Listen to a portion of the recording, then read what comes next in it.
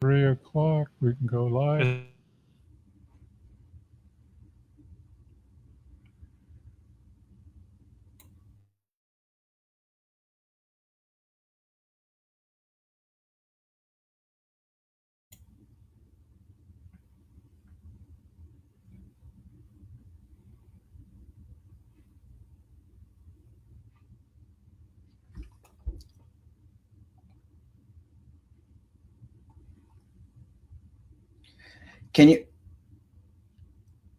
Can you hear me? I cannot hear you. Can you hear us now, Randy? I can hear you now. I see what I see. It says, "Please stand by." A Youngstown. Just hang out for 1 second, Randy. Yeah, just hang on for a second. Okay. All right.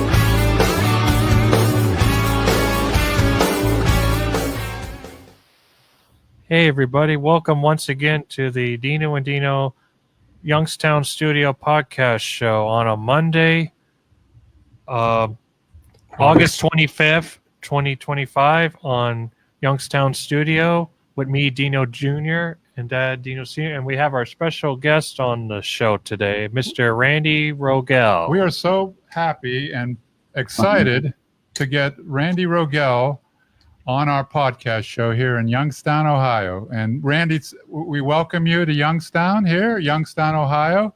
Well, thank you, and I'm just as excited and honored to be on your podcast. Oh, and we are so happy that you accepted our invitation for an interview. And I think the last time we saw you was back in at Warren. Do you remember Warren? No, we did, yeah, because we did like 47 concerts last year. And and the year before too. So I remember seeing you guys came to the concert. It was great. Finally, it was this right here. Yeah. You remember that? I do. That was at the Robbins Theater. Yeah, the Robbins Theater. That was you there. Performance. I remember that. But hey, we just want to introduce what Randy Rogel. He's a writer, performer, singer, songwriter, musician, pianist, and he's worked in many animation venues out there. Nominated, I think, 10 times for Emmy nominations. Nominated 10. I won 3. So won three Emmys. I'm sorry, 3 Emmys for Batman, the animated series. Right here. Yeah. 2 Emmys for Animaniacs. It's just awesome to have you on our show here on our podcast show. And we just want to catch up with you a little bit. We just want to catch up with you a little bit, see how you're doing. Well, I'm doing fine. I'm busy. I'm working as far as work. I've been traveling a lot, but I'm working on a movie now. It's my second movie with John Powell. John's a great composer. He's scoring the movie Wicked. He just scored Wicked, and he's scoring the second movie Wicked. But he scores all the Bourne movies, all the How to Train Your Dragon movies. So I love working with him. He's so talented. And Carlos Saldana, I work with him on Rio too. So we're doing a new movie, very cute, feature animated movie, and we're writing. John and I are doing the songs for that. And there's also awesome. Yeah, there's also a woman writer out of Brazil who's also writing, and she's quite good. Maria, I don't know Maria's last name, but I think she's a pop star there, and she's quite good. So that's what I'm doing today, and I've been doing for the last month or two, and then I have a musical that I wrote, a stage musical, because during COVID, our concerts shut down. You remember that because nobody was going to the theaters. And I thought, well, this is a good time to write a musical because I've been meaning to do that. And so, and someone had approached me on an idea. I thought, oh, that's a good idea. So I wrote it, and it got its full production here in La Mirada about 18 months ago, and did really well. So Jerry Zaks came on board to direct it. I don't know if you know Jerry Zaks, but No. Jerry. he's a four-time Tony Award-winning director. If you look up Jerry Zaks, he's does all the Woody Allen movies, acts in those. I mean, he's a real talent, but he's a big. Okay. I mean, he just directed The Music Man with Hugh.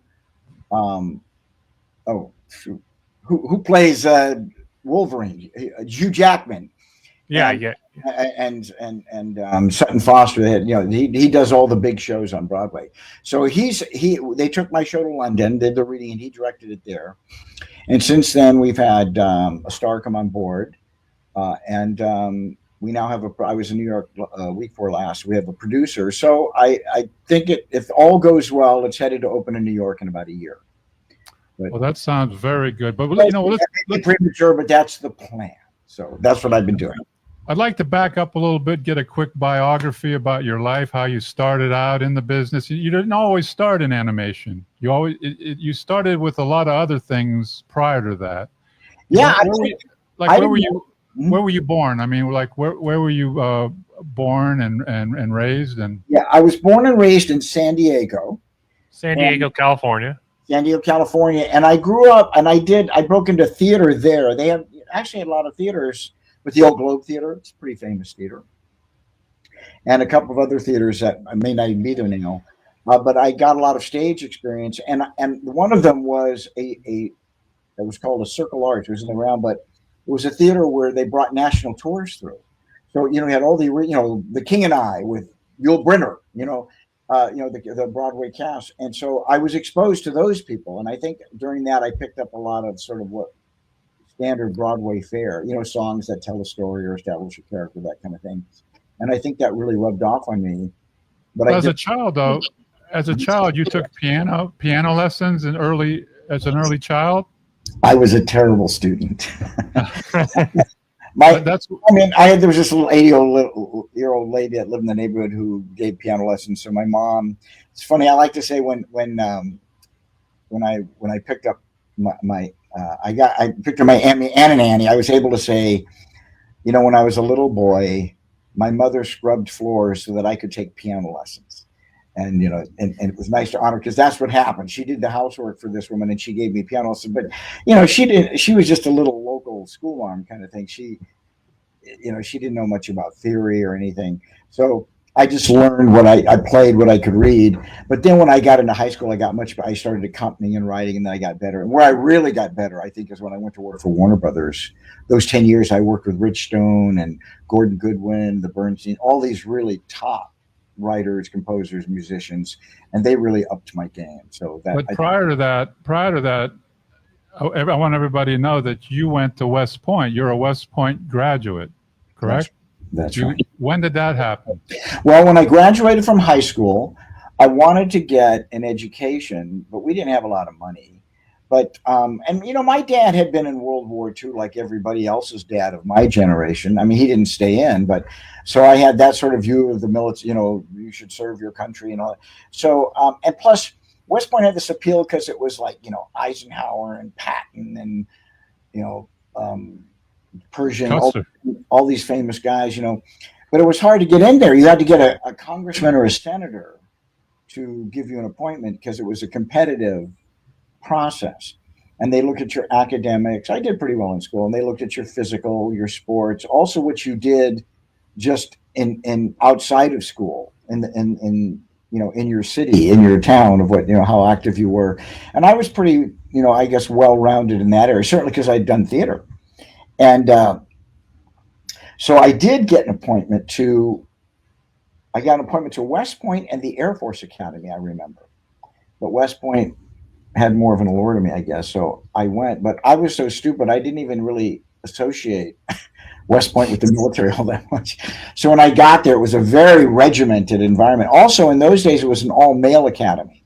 So it was like a real testosterone kind of place. So I was like in shock with the hazing system, the fourth class system. And then, you went to class 6 days a week. and all day. We had half day on Saturday. You only had math and chemistry on Saturday because then you'd go to football games. And even Sunday was mandatory chapel, so you didn't have a day off. That changed later. But so I was saying I almost quit. But then somehow I just put my mind to it, and I made it through there. And it's funny because even though I never intended to make the military my career, I did. You have a 5-year commitment to the military when you graduate from a service academy, from either Annapolis, which is the Naval Academy, Air Force Academy, or West Point. But I did my graduate work. I was posted to Europe, and I did my graduate work through Boston University while I was there. So that gave me an extra year. So I ended up actually having 6 years, and with West Point, that made it 10 years. But I had always planned to get out because I wasn't going to make the military my career. But today, some of my closest friends, because I've been in a lot of different worlds. I've been in the show business world. I've been in the corporate world. But some of my very closest friends are the ones I went through West Point with. And I have to brag on them a little bit because when West Point was created in 1802 by then President Thomas Jefferson, under the advice of President George Washington, former President George Washington, those are pretty big names to drop, aren't they? But Washington said, during the U.S. Revolutionary War, all of our officers were trained in Europe, Napoleonic, Lafayette. We need homegrown American officers. And so we should create a school for soldiers, and that's how West Point got created. And in all that time, since 1802, there was one class that we all read about and learned of that was known as the class that stars fell on, because a lot of them became generals. And that was, of course, Eisenhower's class, like 1915 or something, because they all went to World War II. Omar Bradley, Patton, that whole group. Well, now there's a new class that is the class that had stars fall on it. And we have even more generals than Eisenhower's class. And that's my class, the class of 1976. It's the bicentennial class. But we had Ray Odierno, who, was the chief of staff of the Army. Ray passed away from cancer about a year and a half ago. It's hard to say. But he ran the war in Iraq. And Stan McChrystal was my classmate. Stan ran he was a 4-star general. He ran the war in Afghanistan, but just so many of them. I remember even Dave Petraeus, General Petraeus. Well, he was 2 years ahead of us. He used to haze us. But it marveled that we were just a bunch of bozos, and to see where all of them have gone now is pretty cool. In fact, we're coming up, tell you how old I am, for our 50th reunion. Ooh. I know. And one of my classmates has done very well for himself. He's one of these guys who invented facial recognition, that software, and he sold it to the Army. So he came out here one time because Disney was buying it from me. He says, so we went to dinner. He said, "Hey, Randy, let's go look at my jet." I said, "Your jet?" But anyway, he's just very generous. So before we go to reunion, we're going to have a reunion of just basically what you would call your fraternity in a normal college. It would be our company. My company, it was called F Company of 4th Regiment, F4. And so all the guys, I went through 4 years with them, living with them. So we're all really close. Bob arranged, he's close friends with Richard Branson.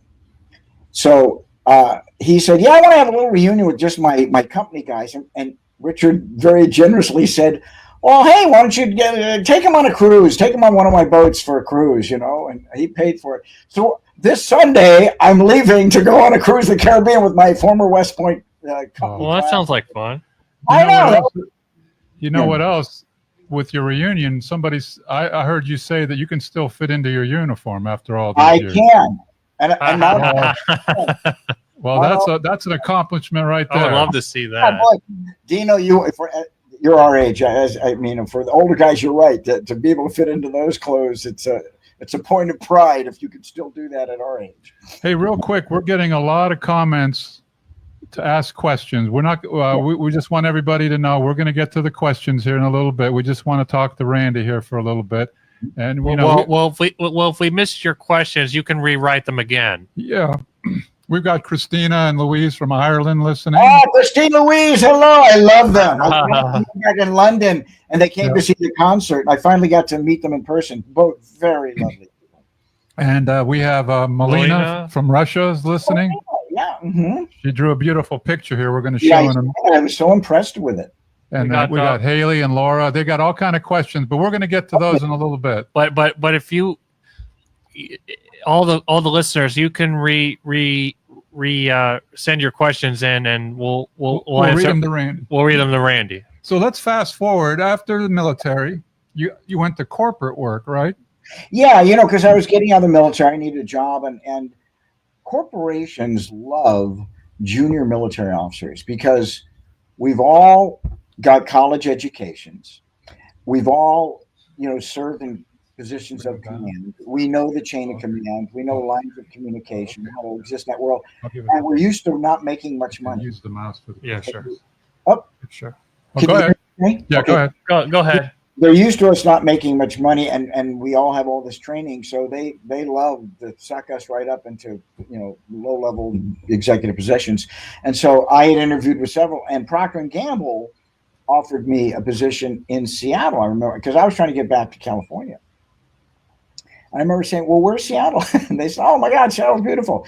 So I went up there, and I ended up being 8 years in Seattle, and I got recruited to other corporate, and then I went to digital systems. I was traveling a lot, but I had a chance to do some more theater up there. Seattle was a big theater. I thought theater time. I thought, oh well, that might be fun because I've been gone 10 years out of it. So I did a show, and one thing led to the other, and I was just working all the time. And I was writing, and I thought, I really want to work in film and TV is what I want to do. So I quit my job to my boss's shock and my shock too. And I drove down to LA. I slept on a friend's couch. And while I was writing and sort of setting myself up, and I had a friend, maybe you might know him, great guy named Kelly Ward. Kelly and I knew each other when we were like 11 years old. We'd done theater. His dad was a big theater guy, a director and choreographer. And Kelly, when we graduated, I went off to West Point. He went off and really did well. He did movies. He starred in Grease with John Travolta. He was one of the. Oh, yeah. And then he starred with Mark Hamill and Lee Marvin. Mark Hamill? One. Yeah, he was very close to Mark Hamill. But he went to Broadway. But then he got older and he began writing, and he broke into animation. He was over at Hanna-Barbera. So when I came down here, I ran into his father. I said, "Oh my God, how's Kelly?" He said, "Oh, Kelly's writing over Hanna-Barbera now, And so I looked up Kelly and we talked. And I thought, I always thought I'd be a pretty good writer. And so he said, "Would you have any, experience in animation?" I said, "No, I don't know anything about that." He said, "Because they're developing this new Batman show over at Warner Brothers." And I thought, "Gee, I don't know anything about animation." He says, "Well, I think they're trying to do it dark, like real live little action movies." So anyway, he made a call, and they wouldn't even burn a stamp to mail me the Bible. I had to drive over there and get it. The Bible, if you all don't know that, when you're doing a show, you write up kind of a seminal document that says, like if you were doing The Simpsons, they live in Springfield. There's this family called The Simpsons, and Homer's this way, and you describe all the characters, So that way, all the writers are writing the same show. And so I got that for Batman, because I remember Batman as a little kid. I used to read the comic books, so I kind of knew who he was, that and Superman. And so I read that, and I thought, oh, I get this. I remember one of the scripts was by Paul Dini. It was a great script. I thought, oh, I get this. So I began writing. I wrote a spec script, and it made it in. And then I wrote another one. I got to Alan Burnett, who ran the show. And then Alan brought me in on staff. And in fact, after I finished that cruise in the Caribbean, I'm when I come back to Miami and Florida, I'm staying with Alan. Alan lives there now, so I'll be seeing Alan again. But anyway, I came on board, and then I began writing for Batman, and it became an instant success. It was an overnight hit, and I won that year. I won the Primetime Emmy for Robin's. It was the origin of the character of Robin, called Robin's Reckoning. Awesome. That's with Kevin Conroy. Kevin Conroy. Kevin Conroy. What a gentleman. I really love Kevin. I miss him. Right. Yeah, he passed away. I'm so sorry. I think that's the best. I think that series, the animated series, was the best cartoon Batman that they made. Best series ever made.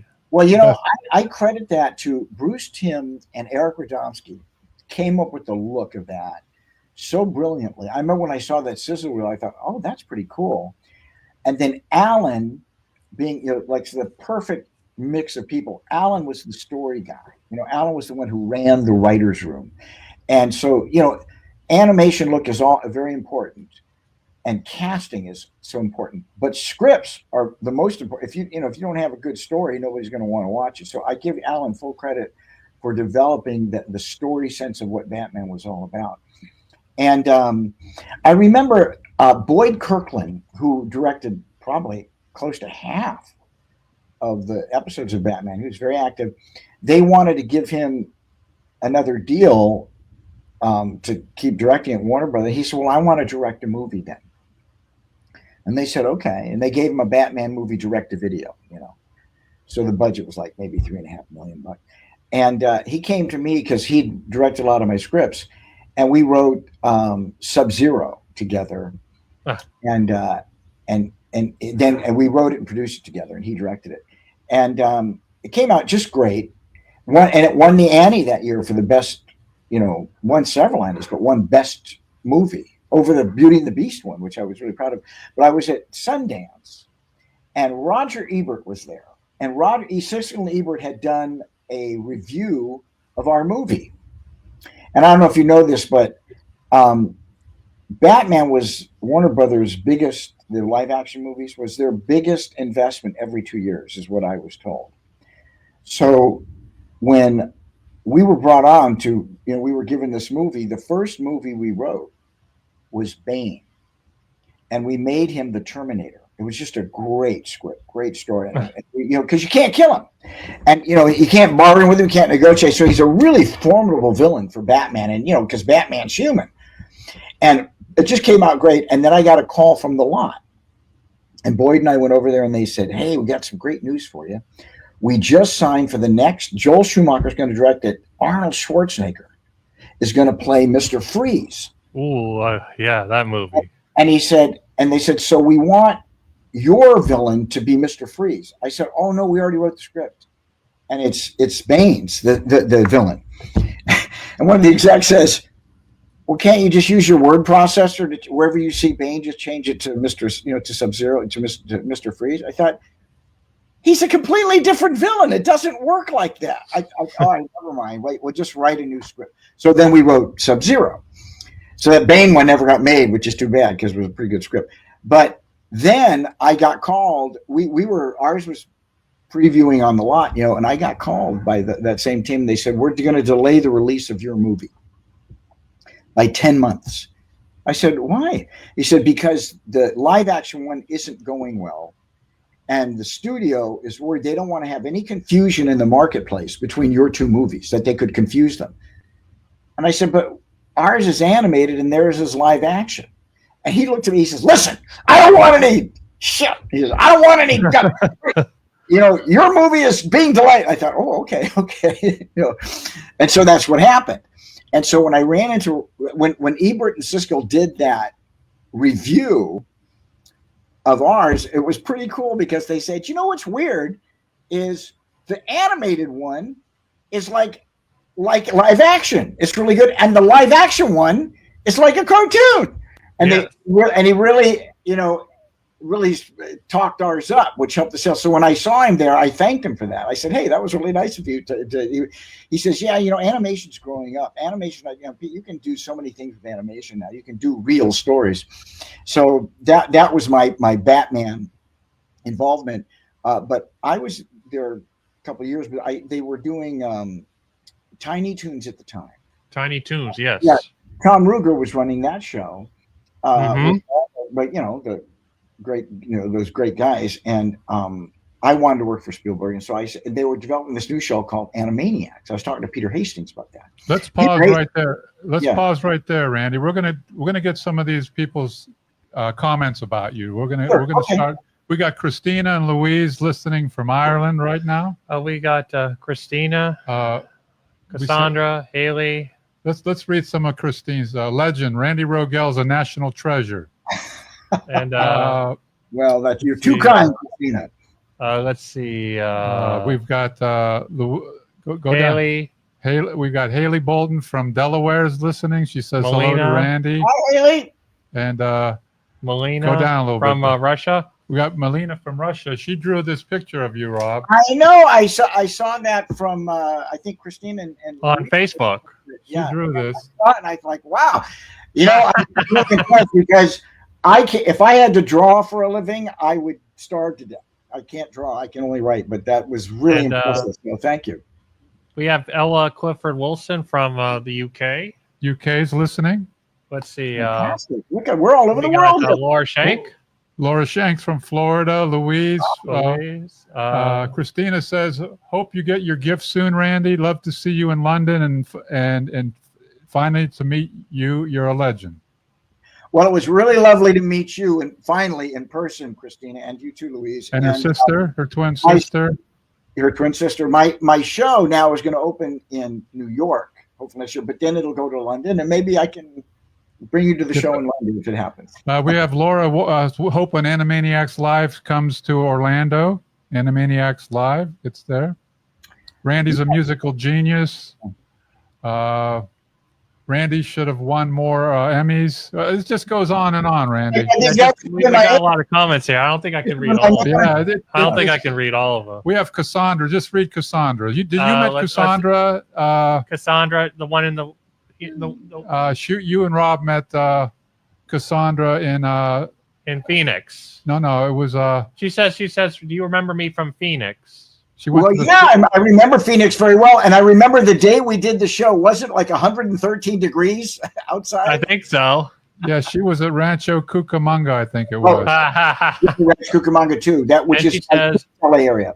She says I went to the Phoenix Animaniacs in concert, and I went to the Malibu concert and the one in Rancho Cucamonga. Oh, yeah, that was a great one. That one we had Nancy Cartwright, right? Nancy Cartwright, she's from Dayton, Ohio, Dad. Yeah. Well, we just did it a couple of months ago. We went to Dayton and where did we go? We went to her alma mater. It was her University of Ohio, I think. Yeah, in Dayton, Ohio, right? Yeah, right. And Nancy was there. And when we did it at Pepperdine in Malibu, because it was in the LA area, Tom Ruger came, Sherry Starr. I mean, everybody came. Oh, yeah, I did see that. Yeah, and it was really a wonderful night. And of course, Maurice was in the show, and Nancy Cartwright. Yeah, Nancy Cartwright. If you could turn your volume up a little bit more. Nancy Cartwright. Turn your volume up a little. I think Randy? she played buttons on. I think she played buttons on Animaniacs. Yeah. No, she didn't play buttons. She played Mindy. Oh, Mindy. I meant to say Mindy. And Frank Welker, who does all the Scooby the dog voice. Yeah. He played. That's right. Let's see. I'm reading some more comments here. Christina says there's no such thing as a bad Randy Rogel song. Everything he writes is perfect. He's a genius. Oh, I love Christine so much. She's so good to me. What else here? All right, let's. Can you turn your volume up just a little bit? I have my. If you could stay right there. If you could stay right there, that's cool. Right there. So it's okay right now, Dino? Yeah. Okay.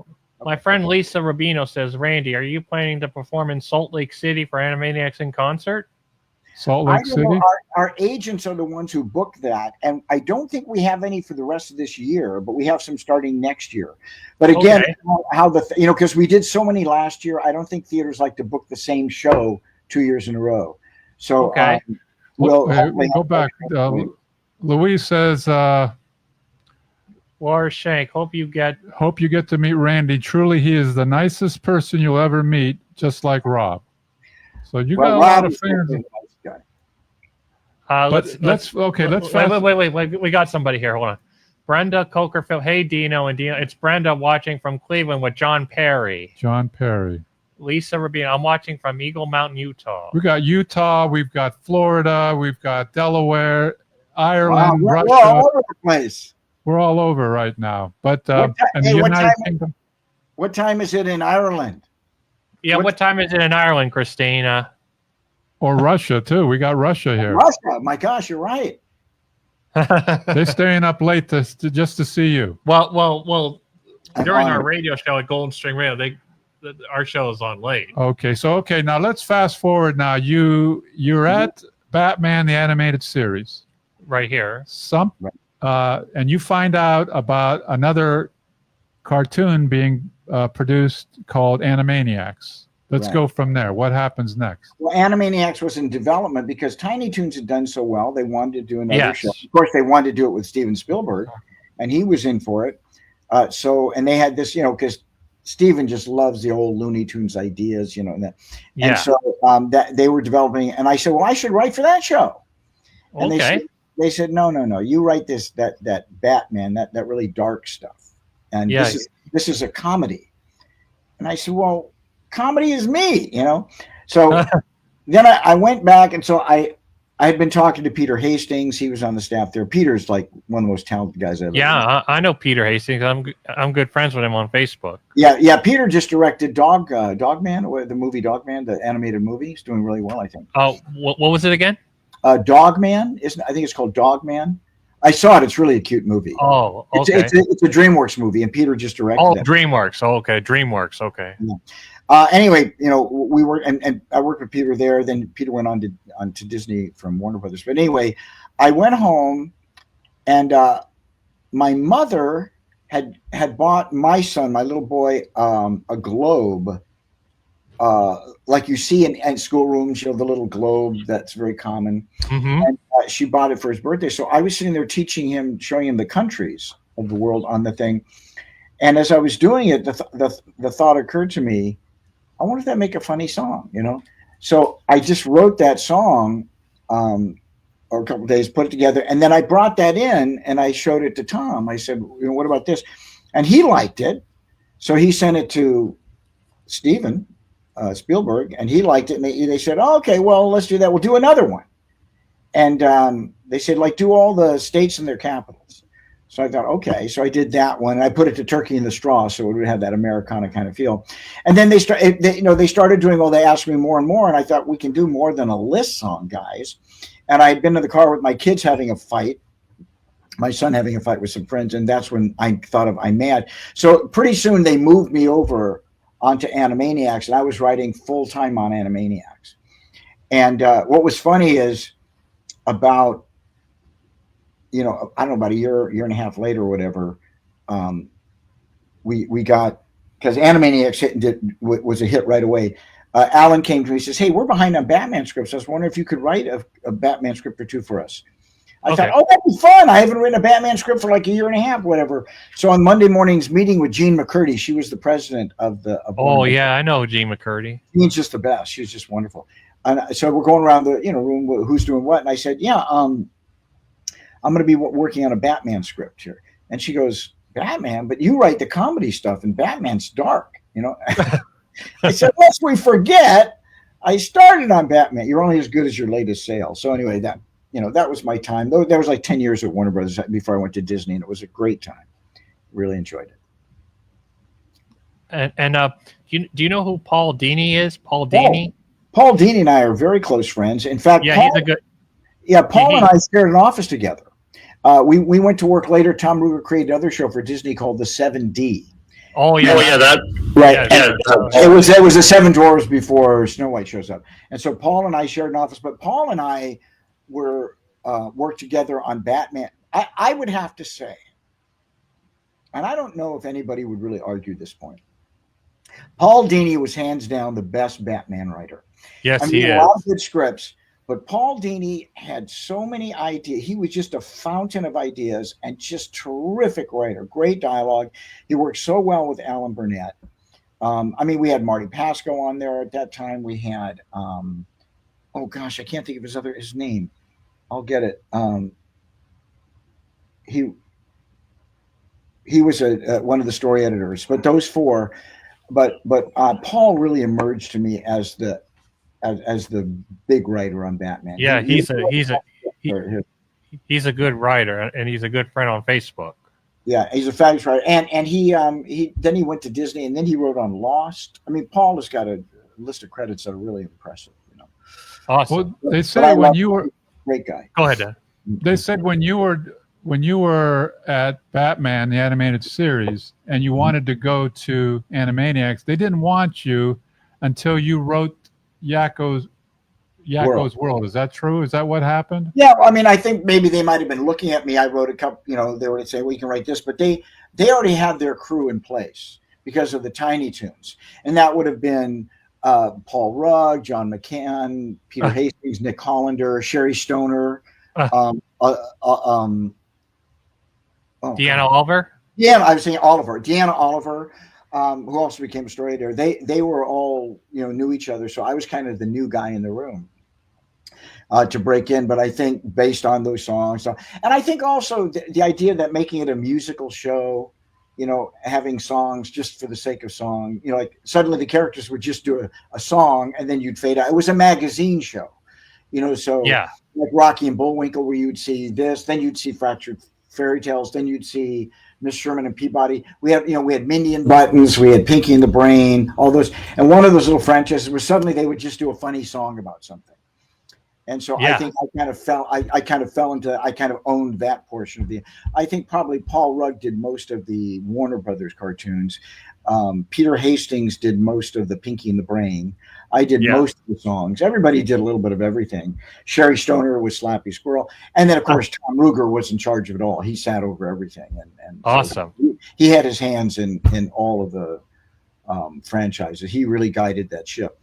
Creatively, and then Gene guided the studio from the studio exec side. Awesome.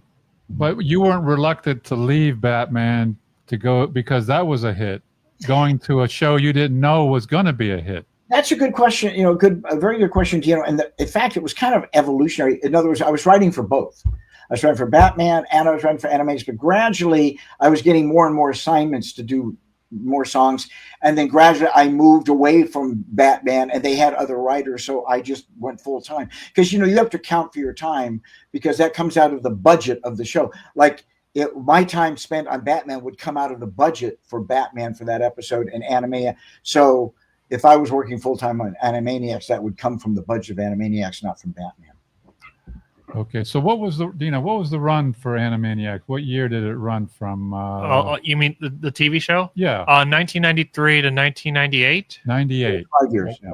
And then you worked on that. This last thing here, right? Yakko's Wish. Wacko's Wish. Yeah, Wacko's Wish. I did. I wrote the songs for that. Yeah. You were a screenplay on that one, right?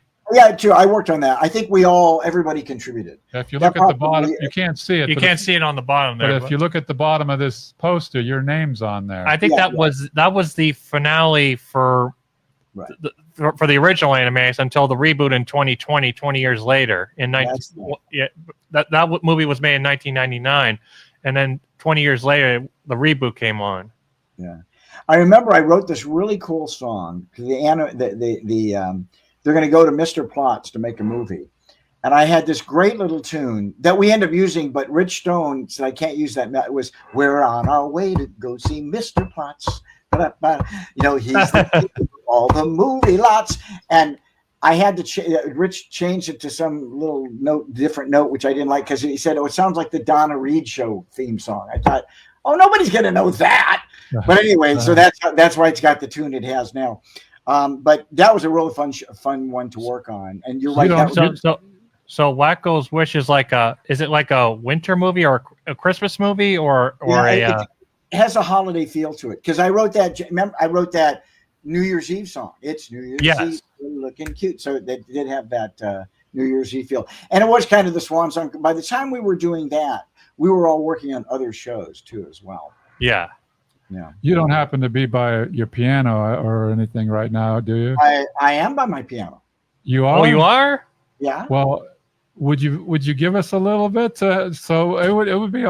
Something. Well, here, let me turn. I have to turn this. Can you see my piano right there? Oh yeah, yeah. Guys, you're in for a treat. Guys are in for a treat now. Can you see me? Yes. Yeah, I can see you, buddy. Well, here's the 96 Canada, Mexico, Panama, Haiti, Jamaica. Ain't that good? That's what it originally sounded like. Anyway, I I could sit there and play all day for you for all the new songs I have for my musical. Oh yeah, That was awesome, buddy. that little bit was great. That little bit, that was great. But yeah, And Christina- that's the original from the author. And Christina says Randy's the best piano player. Well, you know, Speaking of piano, I think one time you told this story to me. You were in London, right? At Abbey Road Studios. that's right. You I got- was. You got Yes. to go in, Yeah. and you went into the studio. Yeah, what happened was I also have done a lot of performing because I grew up as a kid doing theater. And so while I was working at Warner Bros., I got cast as the Donald O'Connor character in Singing in the Rain, which is the famous movie. And so they made it a Broadway show, and then it went into, regional, national tours and all that. And it's all of Gene Kelly's choreography, the original. And so I just got really well known for being the Cosmo character. And what's funny is people used to say, Randy really is Cosmo, because I would go into the studio and be playing the piano, right? Just like Donald O'Connor's character in Singing in the Rain. And in fact, I did a number called Make 'Em Laugh. They go, make 'em laugh, make 'em laugh. And if you go to YouTube, somebody posted it there. It's if you say Randy Rogel, make 'em laugh, and it's make apostrophe EM, like not make them laugh, because that's the name of the song. You can see me doing it, but I did 26 productions of that. So we did one that was a tour, and the producer wanted to record an album of it, which we did, and we did it at Abbey Road Studios in London, which was really an exciting experience for me. I mean, they flew us out there, and they have a different set of rules for their unions, so they can call you at any time of the night or day. So we were in the big, the big studio with the full orchestra doing "Good Morning, Good Morning, It's Great," and that whole tap number we do, right? So we're doing that. So now it's really late, and it's like 1 or 2 in the morning. And they said, Randy, will you go to the smaller studio to do Make 'Em Laugh? Because that's just your solo. So I went over to the smaller studio. It's 2 in the morning. And it looks like a handball court, really tall handball. Yes, I've seen pictures of it. And there's just this grand piano with a light on it. And way up, I can see the window where they're setting all the recording levels. It took them like 45 minutes.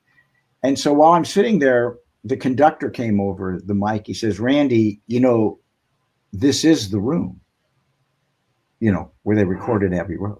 The Beatles. So I was like, really? This is it? So I sat down and I went.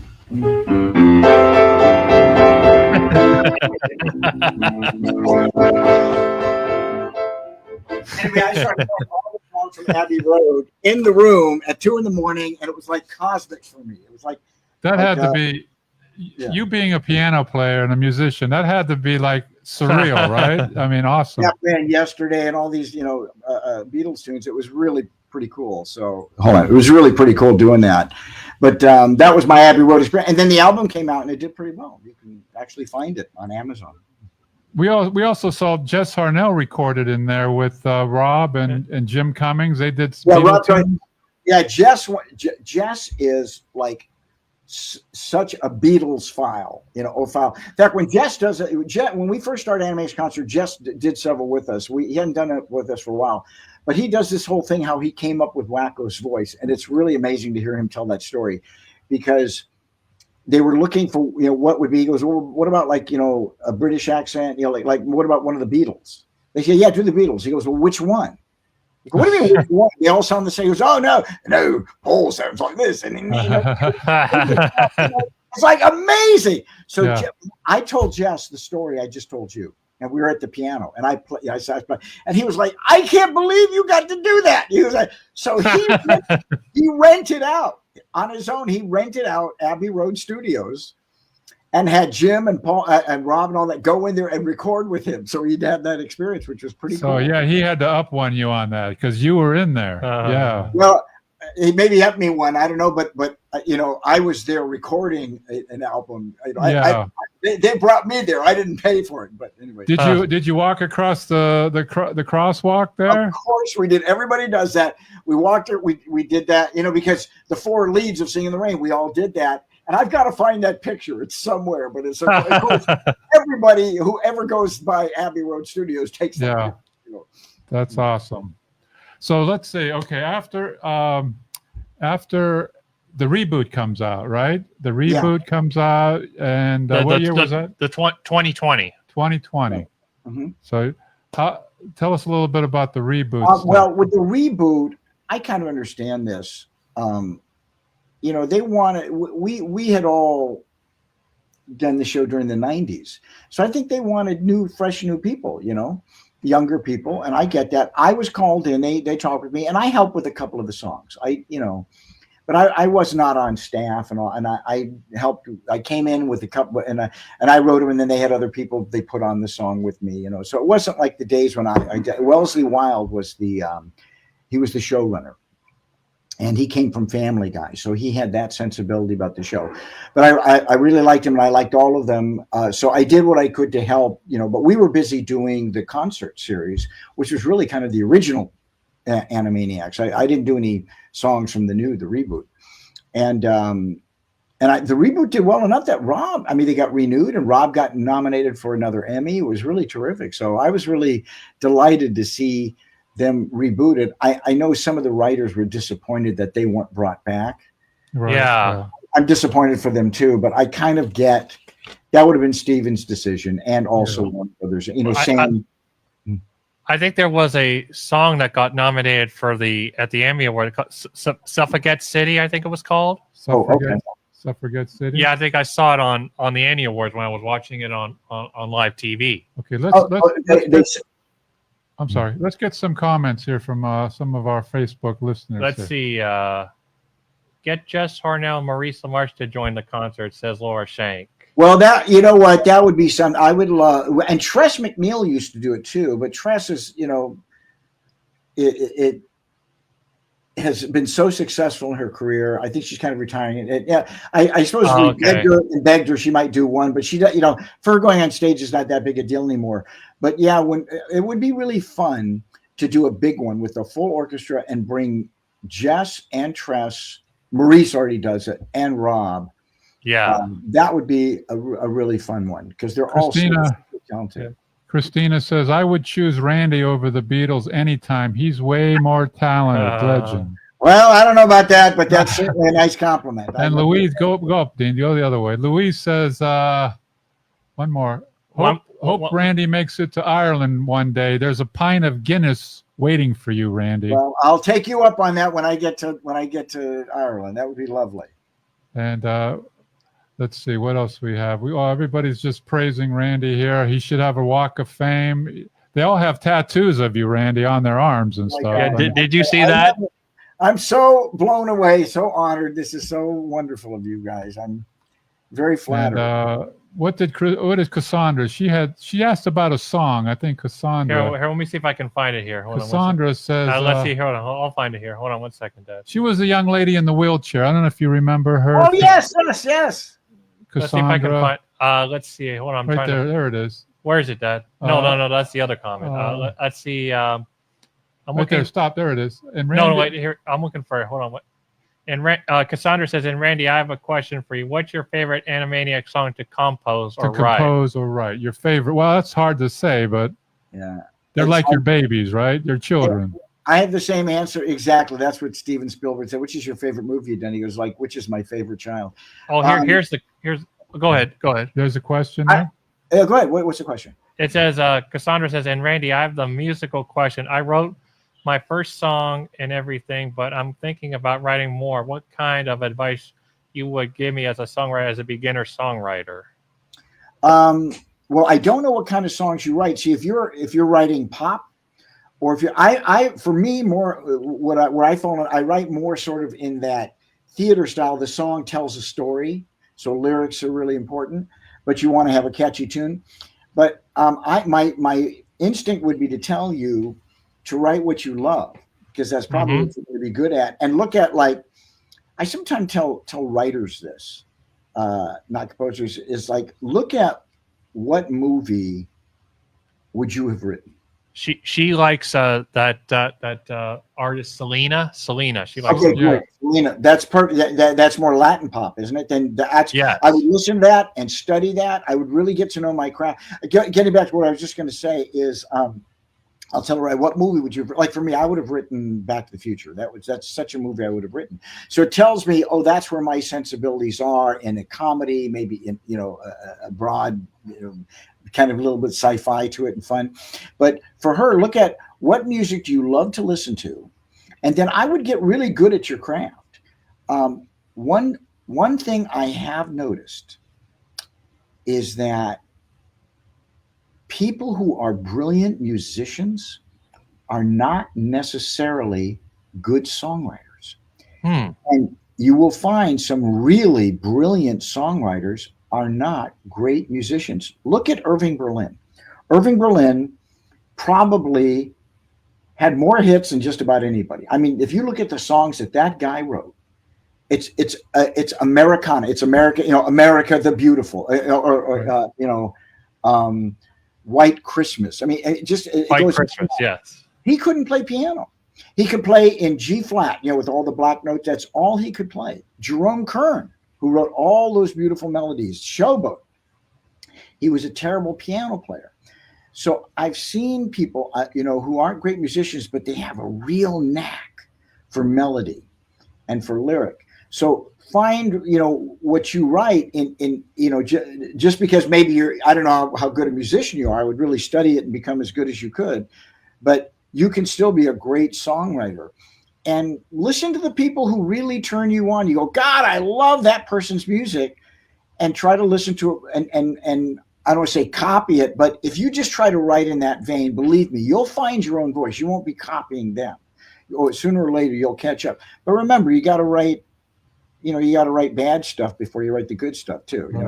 Right, Dad? Yeah. Haley has a question. Were you part of the First Lady song? The First Lady song. Is that something? No, I wrote the President song with the President. I know the President song. Yeah. When you stopped at Bill Clinton. He was the president at the time. Boy, I could have some real fun today, couldn't I? If I extended. Oh yeah. But What is the First Lady song? Is that part of Animaniacs or no? The First Lady song, I don't know what that is. No, I did not write that one. Not only did I write it, I don't think I've ever heard it. Yeah, I don't know what that is. Did you write all the songs for Animaniacs? No, I mean I wrote most of them, but I mean other people wrote some songs. But I think okay. I wrote the preponderance of songs for. Okay. Now, Animaniacs Live, you have shows coming up for the end of the year or 2026 coming up? I don't think we had a bunch. We just did some, but I don't think we have any for the rest of this year. But starting at the beginning of next year, I know we do have some, and we'll have that posted on our website. If you go to animaniacsinconcert.com or animaniacslive.com, it will have a list of what's coming up as soon as all that is set. We got to get you to come. Is it possible you could come to Cleveland or Pittsburgh? We need you in this area. We'd love to do that. If someone there books us, we would love that. Well, you should have a theater book us. Yeah, well, maybe if you could put that in the booker's ear, like, hey, we need to get to Pittsburgh. Because matter of fact, I don't know if you remember this one here. This was the first time we saw you. At the Carnegie Homestead Music Hall in Pittsburgh. I remember. That was the first time we met you there. Did we lose it? Oh, we lost your volume there, Randy. We lost you. There you go. Is that better? All right, go ahead. You were saying? I remember that very well. That was a while back. Yeah. Well, you know what? Our agents are bi-coastal talent. They're in New York and LA. And if the theaters contact them and say, we want to do the show, they'll book it. So that's how that works. But so what year did Animaniacs in Concert start? It was 2017, right? Yeah, it was actually Rob's idea. Rob came to me one day because, Rob and I are friends too. We just see each other socially. And Rob said, hey, Randy, every time I go to one of these cons, people are always asking me to sing your songs. And I thought, oh, well, that's nice. And then because he had that Talkin' Tunes podcast, he had, a large listening base. He had a huge base of people. So they asked him if he would do a live one. up here at Universal Studios. I live here in Toluca Lake, which is right near Warner Brothers, Disney, CBS, and Universal. And so they invite him to go up to the John Lovitz Comedy Club and do a live. And he did it with Maurice as Pinky and the Brain, and they sold it out. So they said, "Oh, do another live one." So he called me. He says, "Randy, you were close. Why don't you come out and we'll just sing some songs and wing it?" So I thought, okay, and a couple minutes away, we went up there and we sold it out. So they did it again and we did it again. And then they started, but we did it at the Writers Guild. We did it for a couple of places. And Rob's agent at the time said, I think this is a show. Mm-hmm. I said, well, if we're going to do that and, charge admissions. And I remember the first time me and Dad went to the Pittsburgh one, and Dad really loved it. Oh, yeah. Everybody thinks it's for kids. Yeah. But when the adults come, they're blown away by the show, the music, and the cartoons too in the background with the projection. On the projector on the screen there. Yeah. Well, thank you for that, Dino, because the first one we did was with the symphony orchestra. We did it with the Colorado Symphony Orchestra in Denver. And wow. I remember, and Tress came to that one, Jess was there, and I remember coming out on stage and looking, and in the audience, these were subscribers that went, they thought maybe they're going to Mahler or something. Right, right. This was just an additional offering that the season had get put on the schedule. So we get out there, I'm thinking, oh no, these people, they didn't even know what Animaniacs was, a lot of them. They never even seen it. And I there was this older woman in a gold lame dress. I'm thinking, okay, so we do the show. And they're howling with laughter. We had a big house. And afterwards, we'd agreed to do a Q&A. So we came out, sat with the audience. And as I came out, I went past this woman, this, very attractive, from their 60s, older, dressed up elegantly. And I said, okay, what did you think? And she said, oh my God, this was the most entertaining show. I had no idea what any of this was. So I said, hey, Rob, you know what? You don't have to be a kid to enjoy this show, and you don't have to even know what Animaniacs is to enjoy this show. And that's sort of what has happened as we go along. Our audience are all adults. Mostly, we go to do the show, our audiences are all in their 40s, 30s, 40s, and 50s. And now we're seeing people who don't even know anything about Animaniacs. It really is a great show just for laughter and fun and animation and songs and sort of clever lyrics. That's the same reaction we got when we took our family and friends to the Robbins Theater. They were adults. Yeah. They didn't know what Animaniacs was. They thought it was some kind of children's cartoon thing. And at the end, they were, like you said, they were so entertained. They loved it. It was fun. Even my sister loved it. Yeah. There you go. Yeah, yeah. So and my cousin and my aunt and uncles. Everyone. It was just a great show, and well, thanks. And we've evolved. We've added songs to it now. We added Maurice to it. Maurice does. That was fun. I wrote him a song to take over the world for the brain, all that. So the show's continued to evolve, but that's really a compliment. Thank you, because it. Rob and I both done shows, and you know how great Rob is at improv, and Maurice too. And Maurice, has done all those voices on Futurama, on Froze and all that. So when they come to see the show, they also get to see how a show is made. You sort of get into the guts of how a television show gets made, and then you get to see these guys doing it'd be like me going and watching Mel Blanc suddenly go into Bugs Bunny, and so you're seeing the actual voices of these guys. We're not a tribute band. These are the people who really did the show. So it's pretty exciting in that sense. Randy, we're gonna have to wrap. We only got about 3 or 4 minutes left, but we want to go through. We want to go through some of the people's comments real quick here. To answer your question, Christina says it was in the reboot. It was the song, the First Lady song. It was in the reboot. It was in the reboot. Okay. The reboot, yeah. Okay. That totally makes sense. Yeah. But you didn't write that song, did you? No, I didn't have anything to do with that. I didn't even know it was. Oh, okay. Yeah.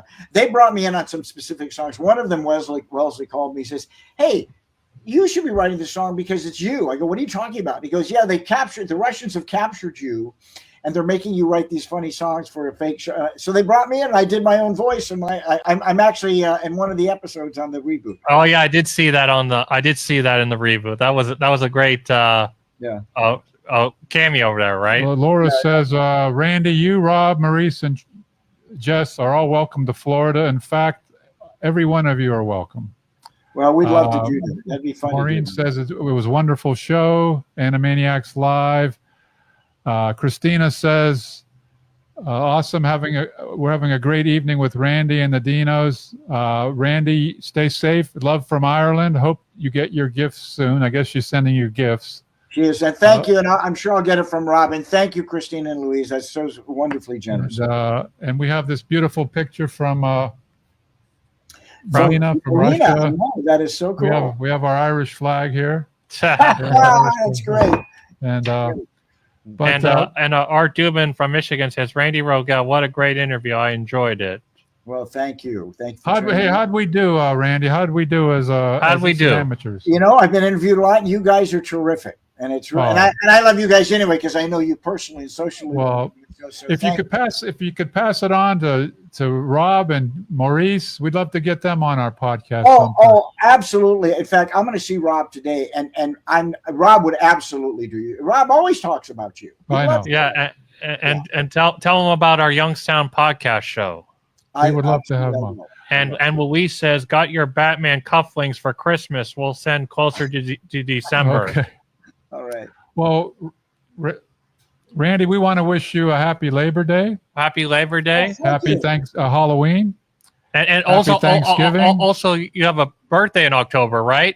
I do. I have a birthday. I'm going to be for Labor Day. That's when I'm going to be doing that cruise with all my West Point classmates. Well, we're going to wish you a happy birthday and a Merry Christmas if we don't see you. Well, thank you. You guys are so generous, and I'm just so grateful to. Thank you for all the love and happiness you bring people from all over the world. Over the world. Thank you. And you know what? I hope to have a what happened? Did we lose him? Did we hear it again? What happened? Did we lose him? No. Oh, I'm sorry. Did you? Okay. Yeah, the sound is a little weird. I said I hope to have a show in New York next year that you can come see too. If you like the Animaniacs stuff, you'll love this show. All right. God bless you. God bless you. And we'll see you at an Animaniacs Live sometime. All right. Thank you, Dino. Good night, everybody. Good night, everybody. Good night. Thank you for listening to this show on Youngstown Studio. This is original Youngstown content. Feel free to share our videos and tell your friends about us. Don't forget to subscribe to our YouTube channel.